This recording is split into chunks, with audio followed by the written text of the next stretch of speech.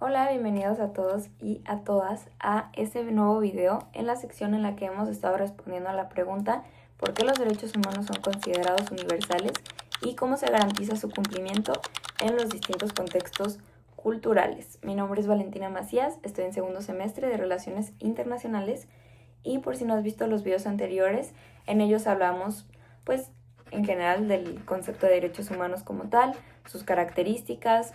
Hablamos desde hechos específicos con datos numéricos y también en el último video mencionamos pues la tensión entre estas dos teorías que son la universalidad y la diversidad cultural para poder entender más a fondo y adentrarnos específicamente en pues los contextos culturales y los dilemas como éticos, morales, políticos en los que choca un poquito esta imposición de los derechos humanos, si es entendida de esta manera. Entonces, para ello, en este video específico vamos a hablar de los organismos internacionales y la responsabilidad de los estados en el cumplimiento de estos derechos humanos. Bueno, hoy vamos a profundizar en cómo se busca garantizar esta universalidad ya en hechos específicos, no solo, tanto en la teoría como ya en cómo se implementa esta teoría.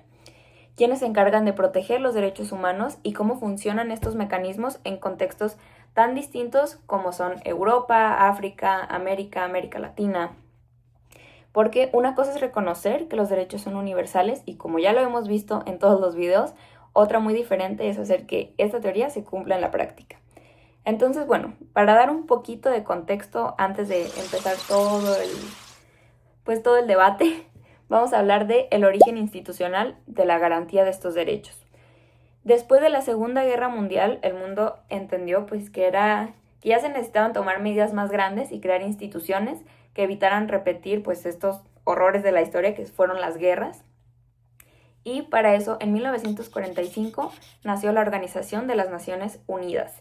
Y 3 años después se proclamó la Declaración Universal de los Derechos Humanos en 1948. Y tal como lo explican las Naciones Unidas, los derechos humanos son derechos inherentes a todos los seres humanos, sin distinción alguna. Son universales e inalienables, indivisibles e interdependientes. Y desde entonces se han creado también sistemas regionales específicos que adaptan la protección a los distintos contextos culturales, como el Sistema Europeo de Derechos Humanos, el Sistema Interamericano y el Sistema Africano, cada uno con su propio tribunal y sus propios mecanismos. Pero, ¿quién garantiza realmente estos derechos? ¿Cómo se llevan ya a la práctica? En teoría, los estados deberían ser los primeros responsables, ¿no?, de garantizarlos. Firmar tratados internacionales significa ya comprometerse a cumplirlos. Sin embargo, surge un dilema, que es la soberanía nacional. El Pacto Internacional de Derechos Civiles y Políticos de 1966 y el Pacto Internacional de Derechos Económicos, Sociales y Culturales de 1966 también obliga a los estados a promover y respetar los derechos humanos dentro de sus fronteras. Es decir, garantizar que estos se cumplan en el territorio. Pero, en la práctica, cada país tiene su propio sistema jurídico, sus propias costumbres y prioridades políticas, y cuando los organismos internacionales intervienen en estos sistemas ya establecidos, algunos gobiernos argumentan que se está violentando su independencia y su soberanía nacional de poder tomar sus propias decisiones. Tal como le explica la profesora Hilary Charlesworth, la soberanía no debería usarse como escudo frente a las obligaciones internacionales de derechos humanos. Más bien debe entenderse como la responsabilidad de proteger a quienes están bajo la jurisdicción del Estado. Pero entonces, ¿cómo se garantiza ya en la práctica? Existen 3 niveles principales. Número 1, la supervisión internacional, como los comités de derechos humanos de la ONU, que revisan los informes y emiten directamente recomendaciones para que estos derechos puedan ser garantizados, o si ya ha habido una violación a los mismos específica, hacer recomendaciones para que puedan cumplirse.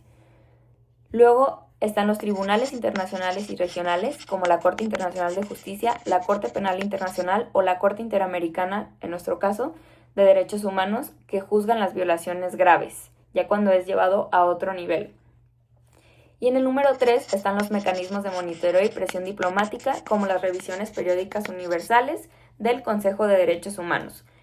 Estos instrumentos no es que eliminen las violaciones de los derechos humanos por completo y que en el momento en el que se crearon ya ningún derecho humano fue violentado, pero ayudan a generar pues una responsabilidad pública y a lo mejor como a señalar de qué manera se pueden garantizar en casos específicos, en los distintos contextos y cómo hacer que puedan llevarse de la mejor manera.